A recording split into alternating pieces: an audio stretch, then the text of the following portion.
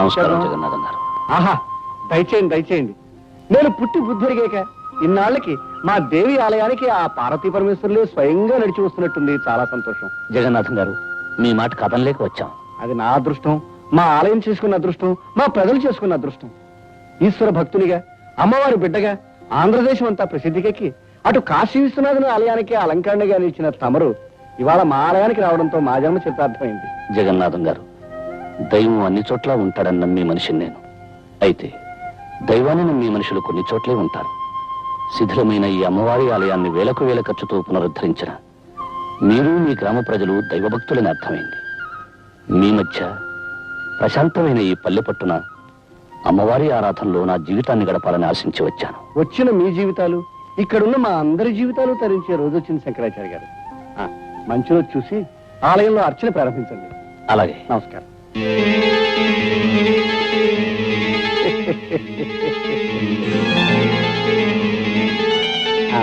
మీకు ప్రత్యేకమైన వస్తు ఏర్పాటు చేయించాను. అలాగే జగన్నాథం. తీసుకోండి. అయ్యా, తమరి దృష్టి ఆ దుర్గాదేవి మీదనే.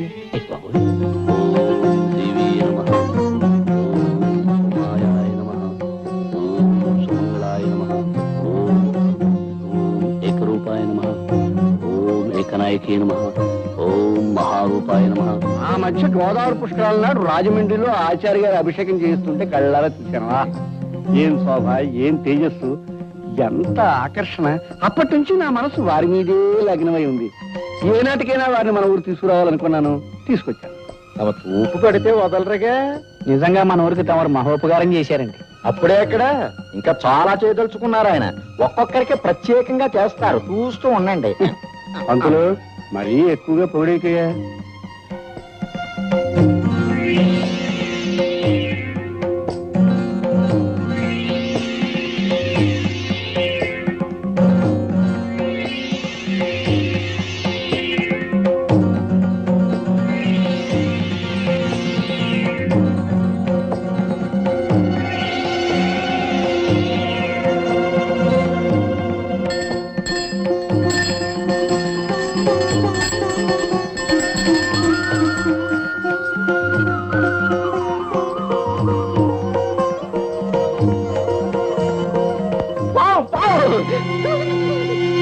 అది పావన్ అందరికీ తెలుసు. నువ్వు అరిచి చెప్పడం దానికి చంపే ఏర్పాటు చూడక. దేవుడు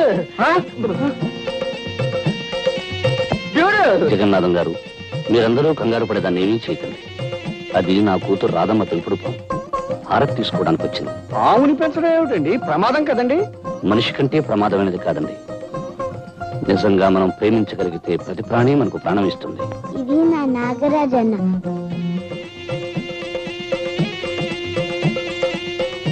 అందరూ దండం పెట్టండి. పెడతాం తల్లి, పెడతాం. కానీ పావును దూరంగా పెట్టు. రేపు పంతులు ముందు అన్నం పెట్టవయ్యా. ఆచార్య గారు, మీ పాపతో పావుకి స్నేహం ఉన్నా దాన్ని నలుగురు మధ్య ఉంచడం మంచిది కాదండి. ఎందుకని అడగండి. అడగడం దేనికి? అది కాటేస్తే చచ్చి ఊరుకుంటాం కనుక. కనుక దాన్ని ఏ పుట్లలో వదిలేయమని చెప్పండి. ఆ విషయం మేము ఆలోచిస్తాం. రామారాధా, భయపడకండి. సూర్యబాబు, ఏం చేస్తున్నారు నాన్న? నాగన్నకి పాలు పోస్తున్నా. అలాగా. అమ్మా రాధా, నేను మాట చెప్తాను, వింటావా తల్లి? రేపు మన నాగన్నని తీసుకెళ్లి పుట్టలో విడిచిపెడదామా? నేను ఒప్పుకోను. నువ్వు చెప్పిన ప్రతి మాట విన్నాను. ఆఖరికి దేవుడికి ఎందుకు ఇచ్చామంటే ఇచ్చేసాను. కానీ నా ఇష్టమైన నాన్న మటుకు పుట్టలో వెళ్ళమంటే నీ వదలను. అది కాదమ్మా, నీ జుట్టు దేవుడికి ఇచ్చావు, పుణ్యం వస్తుంది. అలాగే మన నాగన్ని పుట్టలో విడిచిపెట్టావనుకో, ఇంకా పుణ్యం వస్తుంది. నాకు పుణ్యం వద్దు, ఏం వద్దు, నాకు నాగన్నే కావాలి. చూడమ్మా రాధ, పక్షులు గోళల్లో ఉండాలి, పులులు అడవుల్లో ఉండాలి, పాములు పుట్టల్లో ఉండాలి. అప్పుడే అవి స్వతంత్రంగా హాయిగా ఉంటాయి. పెంపకం పేరుతో వాటి స్థానాల్లోంచి తీసుకురావడం పాపమమ్మా. ఇది మామూలు పాము కాదు, నాకు నాగరాజన్న. అందుకని నువ్వు భయపడకపోవచ్చు, కానీ ప్రతి వాళ్ళు భయపడతారు. ఆ భయంతోనే మన నాగరాజుకి ఏదైనా ప్రమాదం కలగచ్చు.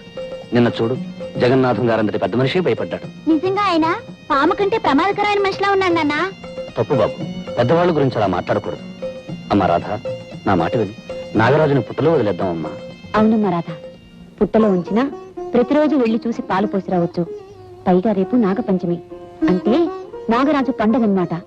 పండగ రోజు తన ఇంట్లో వదిలేస్తే నాగన్న ఎంత సంతోషిస్తాడో తెలుసా? సరే అయితే. నమస్కారం శంకరాచార్య గారు.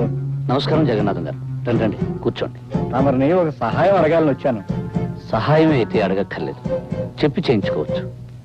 ఏమీ లేదు. మోదుగులపాలెంలో మా మిత్రుడు పెళ్లి, దాన్ని మహానుభావులైన తమరి చేతి మీదుగా జరిపించాలని నా అభిలాష.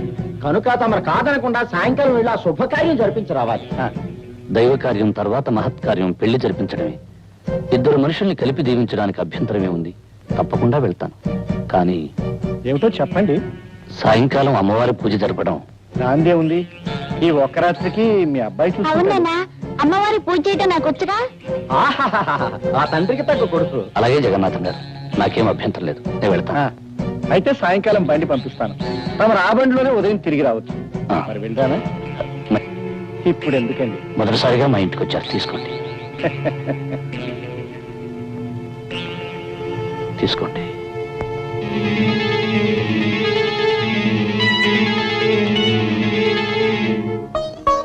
నాగరాజన్న, నాగరాజన్న,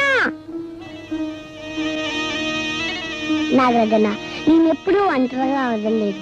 నువ్వు పుట్ల నుంచి బయటకు వస్తే ఎవరైనా ఏమైనా చేయొచ్చు. కనుక నీ పిలిచినప్పుడు తప్ప నువ్వు బయటికి రాకూడదు. సరేనా? ఒట్టే.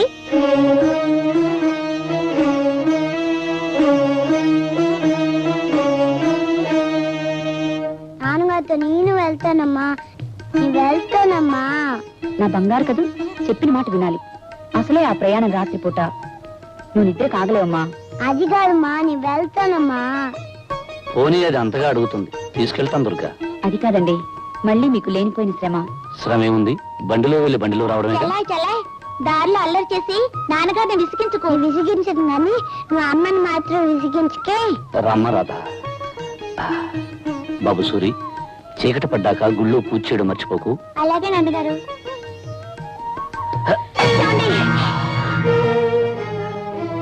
ఏం పర్వాలేదు, జాగ్రత్త.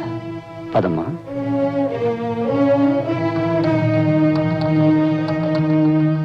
ఓం జగన్మాతాయ నమః. ఓం కాళియాయ నమః. ఓం కర్మశీలాయ నమః.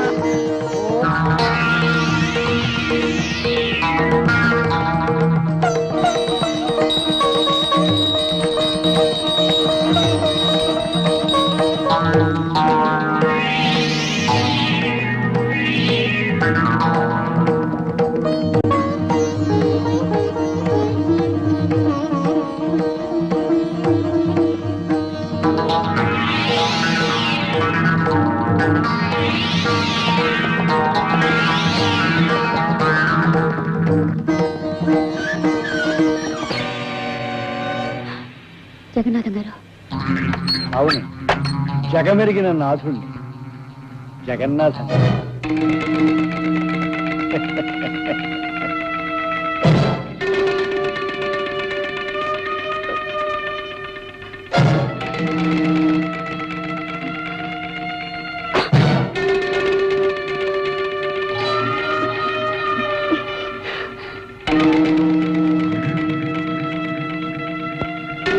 ఏమిటిది?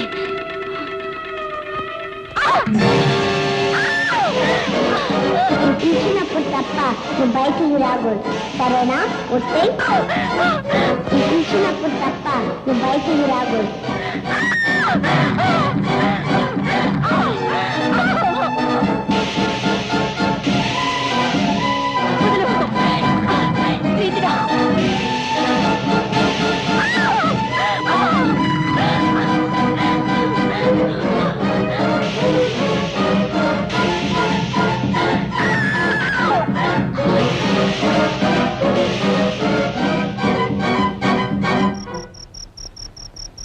అమ్మా, అమ్మా, అమ్మా.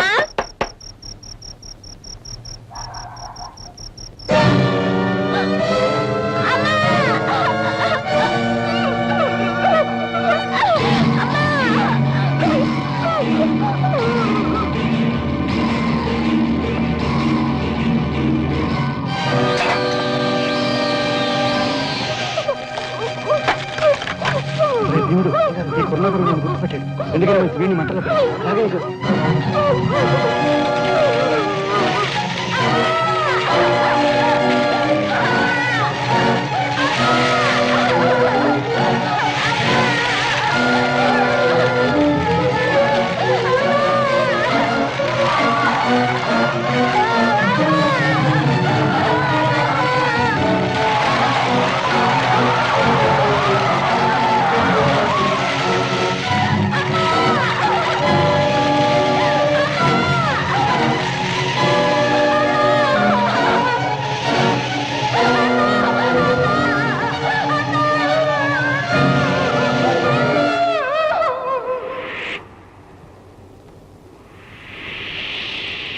నాన్న నాన్న బాబు ఈ నాన్న మీద కోపంతో రావేమో మీ అనుకున్నా నీడను పెరిగిన వాడిని మీ మీద కోపం ఎందుకు తెచ్చుకుంటాను నాన్న? అది కాదు బాబు, ఆయనన్న మాటలకు నువ్వు మనసు కష్టపెట్టుకొని అదేమిటమ్మా, ప్రేమతో ప్రాణంలా పెంచుకున్న మీకు కాకపోతే నన్ను మాటలనే అధికారం ఎవరికుంటుంది? అదేమిటి బాబు, పెంచుకున్నా పెరిగినా అంటున్నావు? నేనన్న మాటలు చెప్పిన విషయం నిజమేనా అనుకుంటున్నావా? లేదు బాబు, నిన్ను దారిలో పెట్టాలని ఆవేశంలో నువ్వు మా కొడుకువి కాదు అన్నాను, అంతేగాని ఎందుకు నాన్న నన్ను ఓదార్చాలని ప్రయత్నం చేస్తావు? పాలు తెలుపు కాకి నలుపు అనేవి ఎంత నిజమో, నేను మీ కొడుకును కాదు అనేది అంత ఖచ్చితమైన నిజం. బాబు అవునమ్మా, చాలాసార్లు నాకు నిద్దట్లో అర్థం లేని కళ్ళలా కనిపించే దృశ్యాలకి అర్థం తెలిసింది. చెదిరి చెరిగిన గతము నాకు స్పష్టంగా గుర్తొచ్చింది. నేను మీకు నీటిలో కొట్టుకొచ్చి దొరికాను కదూ, ఆ ప్రవాహంలోకి నేను ఎలా పడ్డానో నాకు తెలిసి వచ్చింది. దానితో నా కర్తవ్యం ఏమిటో కూడా నాకు ఇప్పుడు తెలిసింది. ఏమిటి బాబు, ఏమిటి నువ్వు అనేది? నాకు జన్మనిచ్చిన తల్లి చనిపోయి ఉండొచ్చు, కానీ నా తండ్రి నా చెల్లెలు బ్రతికి ఉంటారు. వాళ్ళు కలుసుకుని తీరాలి. అంటే మమ్మల్ని వదిలి వెళ్ళిపోతావా? ఈ లోకంలో ఎవరు ఎవరితో శాశ్వతంగా ఉంటారు. జన్మ ఇచ్చిన కన్నవాళ్ళని వదిలి కట్టుకున్న వాడితో కలిసి వెళ్ళిపోతుంది ఆడపిల్ల. 9 నెలలు మోసి కని పెంచిన తల్లిని వదిలి తన దారిని తన భార్యతో వెళ్ళిపోతాడు మగపిల్లవాడు. జీవితాంతం కలిసి ఉండాల్సిన ఆరుమగలలు ఎవరో ఒకరు ముందుగానే శాశ్వతంగా వదిలి వెళ్ళిపోతారు. ఎంత గొప్ప బంధమైనా కొంతకాలమే ఉంటుంది, కాలమంతా నిలిచి ఉండదు. ఏమంటారు? ఏమంటాం బాబు, నువ్వు చెప్పేదంతా నిజమేగా. అందుకే ఇంతకాలం దూరమైన నా వాళ్ళని ఒక్కసారి చూడాలని ఉంది. బాబు అమ్మా, ఈ జన్మలో మీ రక్తాన్ని పంచుకోకపోయినా మీ ప్రేమను పంచుకున్నాను. వచ్చే జన్మలో మీ కడుపునే పుట్టాలని, మీ బిడ్డగానే ఎదగాలని ఆ దేవుణ్ణి మరీ మరీ కోరుతున్నాను. బాబు